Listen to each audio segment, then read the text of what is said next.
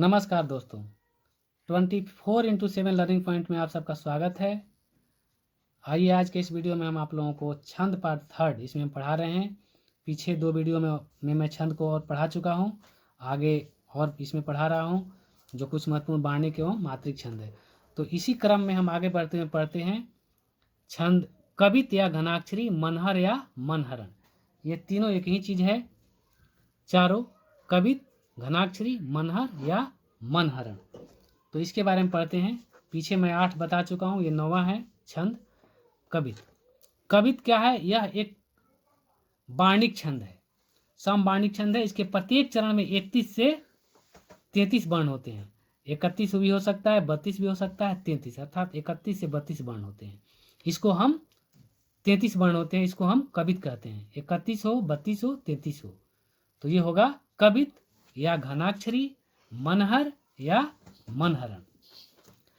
जैसे देखिए, मेरे मन भावन के उद्धव के आवन की, सुधी ब्रज गावन में पावन जबै लगी। अब वर्णों की काउंट करेंगे इसमें, तो या तो 31 होगा, या तो 32 होगा, या तो 33 होगा। 31 से लेकर 33 तक इसमें वर्ण होते हैं। मात्रिक छंद में मात्रा गिनती करते हैं, ये वार्णिक छंद है, सिर्फ वर्ण की गिनती करते हैं। यहाँ पर 1 वर्ण हो गया, ये 2 वर्ण, 3 वर्ण, 4 वर्ण, 5, 6। अब इसमें लघु हो या छोटा हो, इससे कोई हम मतलब नहीं रखते हैं, सिर्फ वर्ण की गिनती करते हैं। तो घनाक्षरी, कवित, मनहर या मनहरण क्या है? तो यह एक समवार्णिक छंद है। इसके प्रत्येक चरण में 31 से लेकर के 33 वर्ण होते हैं। आगे बढ़ते हैं। 10वां मालिनी छंद। मालिनी छंद क्या है? तो यह क्या है? यह भी क्या है? एक समवार्णिक छंद है। इसके प्रत्येक चरण में कितने होते हैं? 15 वर्ण होते हैं। अब इसमें 15 होगा प्रत्येक चरण में। प्रभुदित मथुरा के मानवों के बना के, सकुशल रह के औ विघ्न बधा बचा के। अब इसमें वर्णों की जो संख्या है, इसमें भी 15 होगा, इसमें भी 15 होगा, आगे भी जो होगा 15 होगा, जो पंक्तियां होंगी उसमें या चरण होंगे उसमें। तो यह क्या है? मालिनी छंद क्या है? एक समवार्णिक छंद है। इसके प्रत्येक चरण में 15, कवित या घनाक्षरी में प्रत्येक चरण में 31 से 33। अब कुंडली छंद पर आते हैं। कुंडली छंद क्या है? कुंडलियां, यह क्या है? यह एक मात्रिक छंद है। अब इसमें मात्रा की हम गिनती करते हैं, वार्णिक छंद नहीं, ये मात्रिक छंद है। इसमें जो कवि मात्रिक छंद बनाता है तो उसमें मात्रा को ध्यान में रखकर कविता को बनाता है। वार्णिक छंद में उसमें मात्रा पर ध्यान नहीं देता, बल्कि वर्णों की गिनती पर ध्यान देता है। तो ये कविता के ऊपर है कि वो कविता किस रूप में लिखी गई है। उसमें मात्रा और वर्ण की जब हम गिनती करते हैं तब पता चलता है कि यह एक वार्णिक है या मात्रिक है। ठीक है, कुंडलिया छंद पर आते हैं। कुंडलियां क्या है? कुंडलियां विषम मात्रिक छंद है। इसमें 6 चरण होते हैं। और हमने बताया था पीछे कि 4 चरण होते हैं, लेकिन कुछ में 6 होते हैं। अब 6 कैसे हो गया? 2 को आपस में मिला दिए, यानी कि 2 को जोड़ दिए। तो कुंडलियां क्या है? विषम मात्रिक छंद है। इसमें 6 चरण होते हैं। प्रत्येक चरण में 24-24 मात्राएं होती है। शुरू के 2 चरण दोहा और अंत के 2 चरण रोला छंद के होते हैं। इसमें देखिए दोहा और रोला दोनों को मिला दिए गए, तब जाकर के यह 6 हुआ है। अर्थात इसमें होता क्या है? दोहा और रोला को मिला देने से क्या बनता है? कुंडलियां। कुंडलियां किसे कहते हैं? जिसमें दोहा और रोला को हम मिला दें तो वह कुंडलियां बन जाता है। दोहा के इसमें होते हैं शुरू के 2 चरण दोहा और अंत के 4 चरण रोला होता है। प्रत्येक चरण में कितने होते हैं? 24 मात्राएं होती है। आइए हम देखते हैं इसमें। अब देखिए, दोहा के इसमें 2 चरण और रोला के इसमें 4 चरण को जोड़ा गया है। क्या है इसमें? साईं अपने भ्रात को कबहू न दीजिए त्रास, पलक दूर नहीं कीजिए सदा रहिए पास। सदा रहिए पास, त्रास कबहू नहीं दीजिए। त्रास दियो लंकेश, ताही की गति सुन लीजिए। कह गिरधर कविराय, राम सुमिलियो जाय। पाए विभीषण राज लंकपति, बनायो साई। अब यहाँ पर देखिए, इसमें दोहा के 2 छंद जोड़े गए हैं और रोला के 4। हमने परिभाषा में पढ़ा कि दोहा और रोला को मिला देने पर कुंडलिया बनता है। दोहा के 2 चरण और रोला के 4 चरण, तो ये कुंडलिया बनता है। इसको हम पहचानेंगे कैसे? तो इसमें जो दोहा का जो साईं अपने भ्रात को कबहू न दीजिए त्रास, पलक दूर नहीं कीजिए सदा रखिए पास। अब ये जो चरण है, अब रोला शुरू करते हैं तो इसी को फिर यहाँ से उठा लेते हैं। देखिए, सदा रहिए पास, सदा रहिए पास, रखिए पास। ये रिपीट हो रहा है ना, तो जहां भी इस तरह कैसे मिले तो समझ जाइए कि यह क्या है, यह कुंडलियां छंद है। यह कौन सा छंद है? कुंडलियां, अर्थात इसमें ऊपर के दो दोहा और नीचे के दो रूला के मिले हुए हैं। ठीक है, आगे बढ़ते हैं छप्य। अब छप्य क्या है? छप्य भी एक छंद है। यह क्या है? जिस कविता में रोला तथा उल्ला, इसमें हमने पढ़ा दोहा और रोला, इसमें क्या है छप्य में? रोला तथा उलाला दोनों छंद जब आपस में जुड़ जाए तो छप्य छंद बनता है, या उसे हम छप्य छंद कहते हैं। यह एक विषम मात्रिक छंद है। विषम मात्रिक छंद क्यों है? क्योंकि इसके चारों चरण में अलग अलग, इसमें अगर काउंट करेंगे तो मात्रा इसमें मिलेगा। इसमें पहले 4 चरण क्या होता है? रोला के। इसमें हमने पढ़ा दोहा के 2 चरण और रोला के 4, लेकिन इसमें उल्टा हो जाएगा। इसमें रोला के पहले होगा 4 चरण और बाद में होगा उलाला। इसमें दोहा नहीं, उलाला। तो इस पहले 4 चरण रोला के और अंतिम के जो 2 चरण है उलाला के होते हैं। ठीक है, उलाला के बारे में पीछे हम पढ़ चुके हैं। इसके प्रथम 4 चरणों में 24 मात्राएं एवं बाद के 2 चरणों में 26 मात्राएं होती है, या 28 मात्राएं होती है। इसलिए यह क्या है? विषम मात्रिक छंद है, क्योंकि चारों में एक समान नहीं है, या इसको हम अर्धमात्रिक भी कह सकते हैं। ठीक है, आप देखिए पढ़ते हैं रोला। जिसकी रज में लोट लोट कर बड़े हुए हैं, घुटनों के बल सरक सरक के खड़े हुए हैं। ठीक है, अब ये रोला है, घुटनों के बल सरक सरक के खड़े हुए हैं।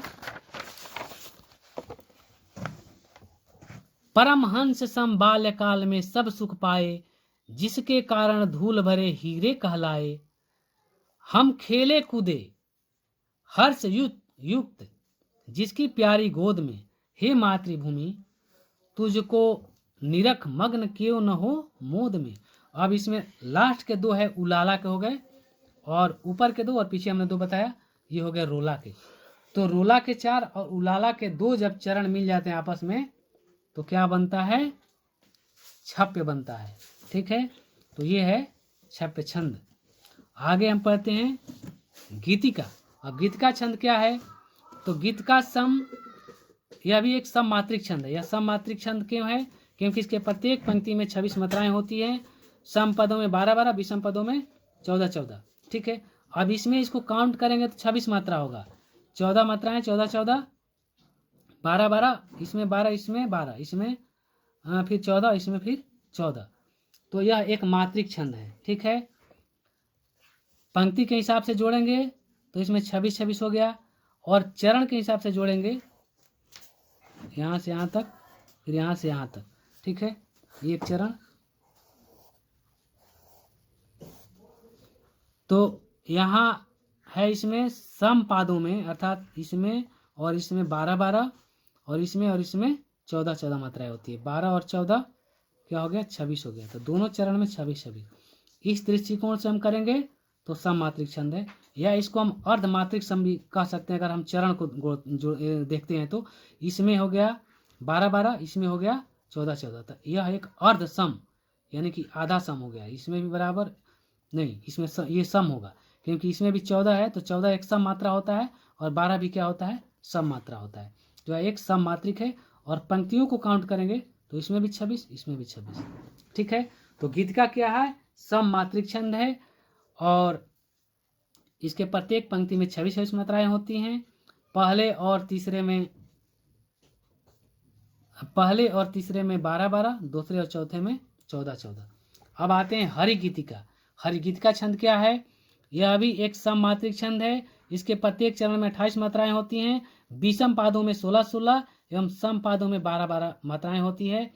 अंत में लघु और गुरु का विधान होता है, या होना उसका अनिवार्य होता है। देखिए, अब इसमें यहाँ से लेकर यहाँ तक एक चरण, यहाँ से लेकर यहाँ तक एक चरण, फिर यहाँ से लेकर यहाँ तक एक चरण, यहाँ से लेकर यहाँ तक एक चरण। तो इसमें हमने क्या पढ़ा कि इसके प्रत्येक चरण में 28-28 मात्राएं होती हैं, और विषम पादों अर्थात पहले और तीसरे में 16-16, और दूसरे और चौथे में 12-12। तो यह भी एक सम मात्रिक है, क्योंकि 16 भी सम संख्या है और 12 भी सम संख्या है। ठीक है, या 2 से डिवाइड हो जाएगा, तो यह क्या है? यह सम संख्या है। तो यह सम मात्रिक है, क्योंकि इसके चारों चरण जो है इसमें सम संख्या है। पहले और तीसरे में 16-16, दूसरे और चौथे में 12-12। ठीक है, टोटल काउंट करेंगे तो 28 इसमें हो जाएगा, 28, इसमें भी 28। देखिए, मेरे इस जीवन की है तू सरस साधना कविता, मेरे तरु की तू कुसुमित प्रिय कल्पना लतिका। अब काउंट करेंगे तो इसमें और इसमें एक बराबर होगा, इसमें और इसमें एक बराबर होगा, टोटल करेंगे तो यहाँ 28 आ जाएगा, यहाँ भी 28 आ जाएगा। तो ये है हरिगीतिका। अब आगे पढ़ते हैं लावनी छंद। लावनी छंद क्या है? तो यह क्या है? मात्रिक छंद है। इसके प्रत्येक पंक्ति में कितनी है? 30-30 मात्राएं होती हैं। इसके विषम पादों में 16-16 और सम चरणों में 14-14। तो यह भी क्या हो गया? मात्रिक छंद है और सम है, क्योंकि 16 भी डिवाइड हो जाएगा, 14 भी डिवाइड हो जाएगा 2 से। और इसको काउंट करेंगे, ये जो 4 चरण है, यहाँ से यहाँ तक एक चरण, यहाँ से यहाँ तक एक चरण, फिर यहाँ से यहाँ तक एक चरण, यहाँ से यहाँ तक एक चरण, और ये यहाँ से यहाँ तक एक पंक्ति, यहाँ से यहाँ तक एक पंक्ति। तो यहाँ भी संख्या हो जाएगा 30, यहाँ भी हो जाएगा 30। ठीक है, और इसमें हो जाएगा 16, इसमें हो जाएगा 16, इसमें हो जाएगा 14, इसमें हो जाएगा 14। ठीक है, तो इस प्रकार से लावनी छंद के प्रत्येक पंक्ति में 30-30 की मात्रा होती है, और इसके विषम पादों में 16 और सम पादों या चरणों में 14-14 मात्राएं होती हैं। तो ये है लावनी छंद। आगे हम पढ़ते हैं 16, छंद नंबर 16। 16 क्या है? अल्लाह या वीर छंद। अल्लाह उदल की कहानियां आप पढ़े होंगे, सुने होंगे, तो वही है अल्लाह या वीर छंद। उसको कैसे गाया जाता है, कैसे लिखा जाता है? तो ये है, यह क्या है? यह भी मात्रिक छंद है, और इसके प्रत्येक पंक्ति में 31 मात्राएं होती हैं। 16-16 विषम पाद अर्थात पहले और तीसरे में 16-16, और सम पाद अर्थात दूसरे और चौथे में 15। तो यह मात्रिक छंद है और अर्ध सम मात्रिक। अब इसमें देखिए, 2 में तो 16-16 सम संख्या हो गया, और 2 में 15-15, 15 क्या है? विषम है। तो यह अर्ध मात्रिक छंद है, और इसके प्रत्येक पंक्ति में ये चरण, यहाँ से यहाँ तक एक चरण, यहाँ से यहाँ तक एक चरण, ये दोनों चरण मिलकर एक पंक्ति हो गया। यहाँ पर 31 संख्या होगी, फिर यहाँ से यहाँ तक एक चरण, यहाँ से लेकर यहाँ तक एक चरण, ये हो गए 1 2 3 4, 4 चरण हो गए। और इस पंक्ति को पूरा हम करेंगे तो यहाँ भी 31 की मात्रा हो जाएगी, यानी कि 16 और 15 के हिसाब से, 16 और 15 के हिसाब से 31। ठीक है, तो ये है अल्लाह या वीर छंद। और इस प्रकार से टोटल जो कुछ प्रमुख छंद है, यह 16 छंद हुए, जिसको हमने अपने वीडियो में बताया है। और भी छंद है, लेकिन उसको हमने, जो महत्वपूर्ण है उसी को हमने इसमें चर्चा किया है। आप अपने सिलेबस के अकॉर्डिंग इसको आप देख सकते हैं। तो छंद का यह चैप्टर यहीं पर समाप्त होता है। मुझे उम्मीद है कि यह वीडियो आपको, छंद का जो वीडियो है जिसको 3 पार्ट में हमने बनाया है, आपको पसंद आया होगा। अगर आपको ये वीडियो पसंद आया हो, छंद समझ में आया हो, तो आप हमारे इस वीडियो को ज़रूर लाइक, शेयर एंड सब्सक्राइब करेंगे, ताकि और मैं आगे आपके लिए वीडियो बना सकूं। धन्यवाद।